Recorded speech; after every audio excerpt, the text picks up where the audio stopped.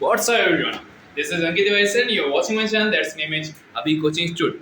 But can you know about it normality? Yes or no? अगर आप जानते हैं तो अच्छी बात है, अगर नहीं जानते तो चलिए समझते हैं। मान लीजिए आपके पास एक गिलास है, इसमें आपने डाला है पानी और उसमें आपने डाल दिया है थोड़ा सा NaCl मीन्स कॉमन सॉल्ट और फिर आप उसे डिसॉल्व करके बनाते हैं एक सॉल्यूशन। तो ये जो सॉल्यूशन बना, इस सॉल्यूशन में जो आपने नमक यूज किया है उस नमक की हम नॉर्मेलिटी कैसे फाइंड करेंगे? क्या आपसे बनेगा? यदि हाँ तो अच्छी बात है, नहीं तो फिर चलिए देखते हैं कि कैसे हम नॉर्मेलिटी को फाइंड करते हैं। तो मानते हैं कि हमारे पास जो वाटर है वो है 500 मिलीलीटर और जो हमने सॉल्ट लिया जिसका फॉर्मूला होता है NaCl दैट इज 10 ग्राम। तो हमें फाइंड करनी नॉर्मेलिटी जिसका फॉर्मूला होता है given weight multiply by 1000। If यदि हम लेते हैं वॉल्यूम जो कि सॉल्वेंट का होता है इन मिलीलीटर तो हमें 1000 का इंटू करना पड़ता है मल्टीप्लाई बाय, जैसे कि मोलैरिटी के फॉर्मूले के होता है मॉलिक्यूलर मास, यहां पर हो जाता है इक्विवेलेंट मास। अब ये इक्विवेलेंट मास क्या है आपके मन में डाउट होगा और इस डाउट को मैं करने वाला हूं solve. Equivalent mass molecular mass की तरह ही है बट इसमें थोड़ा चेंजेस है। इक्विवेलेंट मास का जो फॉर्मूला होता है वो होता है EQM equivalent mass equal to, ये एक प्रकार का मॉलिक्यूलर मास ही है यानी कि मॉलिक्यूलर मास, बट ये हम तभी निकाल सकते हैं जब मॉलिक्यूलर मास को हम वैलेंसी या फिर एसिडिटी या फिर बेसिसिटी से डिवाइड करें।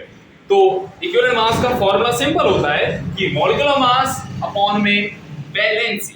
सो हम यहाँ पे अभी वैलेंसी लिख देते हैं ताकि आपको दिक्कत ना हो।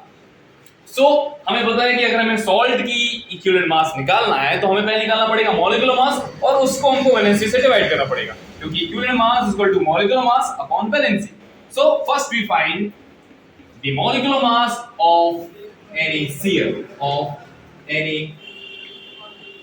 sodium chloride। So हम जानते हैं कि जो Na होता है सोडियम उसका मास होता है 23 और जो क्लोरीन है उसका होता है 35.5। यदि दोनों को प्लस करते हैं तो हमारे पास आंसर आता है 58.5 जो कि NaCl का मॉलिक्यूलर मास है। तो चलिए हम इक्विवेलेंट मास निकालते हैं। जैसे कि हम जानते हैं कि इक्विवेलेंट मास का फॉर्मूला है मॉलिक्यूलर मास अपॉन वैलेंसी और मॉलिक्यूलर मास आया है 58.5। यहां पर वैलेंसी का कांसेप्ट क्लियर करना चाहूंगा कि हम जानते हैं जो NaCl होता है इसके मॉलिक्यूल में होते हैं Na+ और Cl-।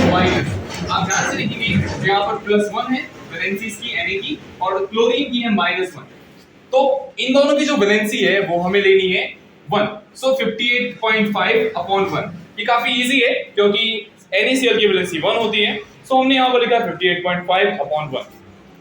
अगर इसको सॉल्व करते हैं तो हमारा इक्विवेलेंट मास निकल कर आता है 58.5 क्योंकि किसी को 1 से डिवाइड करने पर वो खुद आ जाता है भाई, ये 1 की आइडेंटिटी है। सो 58.5। अब हम नॉर्मेलिटी के फॉर्मूले में कर रहे हैं वैल्यू को पुट और फाइंड कर रहे हैं कि नॉर्मेलिटी क्या आएगी। सो हम जानते हैं गिवन वेट है हमें पास सॉल्यूट का 10 gram multiply by 1000 upon equivalent mass जो कि हमने निकाला है वो है 58.5 मल्टीप्लाई बाय वॉल्यूम जो हमें मिलीलीटर में फाइंड है वाटर यानी कि सॉल्वेंट का 500 मिलीलीटर। अगर हम ऐसा सॉल्व करते हैं तो हम जानते हैं कि 500 के यदि दो नोट मिलाए जाएं तो बनते हैं 1000 के नोट यानी कि 500 2s are 1000 and 2 10s are 20। अब आपको ये फाइंड करके कमेंट ड्रॉप करनी है कि 20 को 58.5 से डिवाइड करते हैं तो कितना आता है। क्या आप ये कर सकते हैं? तो चलिए करिए। क्या आप लोग सॉल्व कर पाए? यस, इसका आंसर आता है 0.34। बट क्या ये फुल आंसर हो सकता है? नो, बिकॉज इसकी यूनिट जरूर लिखनी जानी चाहिए नहीं तो इसके मार्क्स कटते हैं। तो हम जानते हैं कि नॉर्मेलिटी की यूनिट होती है या तो हम लिख सकते हैं n जो कि नॉर्मेलिटी का साइन है या तो इसकी यूनिट लिख सकते हैं जो कि होती है ग्राम इक्विवेलेंट मास EQ पर लीटर, ग्राम इक्विवेलेंट मास पर लीटर। तो इस तरीके से हमने फाइंड किया नॉर्मेलिटी, बट पिछले बार की तरह इस बार भी इसकी नॉर्मेलिटी हो जाने वाली है कम क्योंकि मैं इसे पीने वाला हूं। तो ये एक एजुकेशनल चैनल है, इसमें एजुकेशनल वीडियो आते रहेंगे। आप अपनी कमेंट ड्रॉप कर सकते हैं, यदि आपको कोई डाउट है तो वो भी ड्रॉप कर सकते हैं, लाइक कर सकते हैं, चैनल को कर सकते हैं सब्सक्राइब। मिलते हैं नेक्स्ट एजुकेशनल वीडियो पे। Okay bye.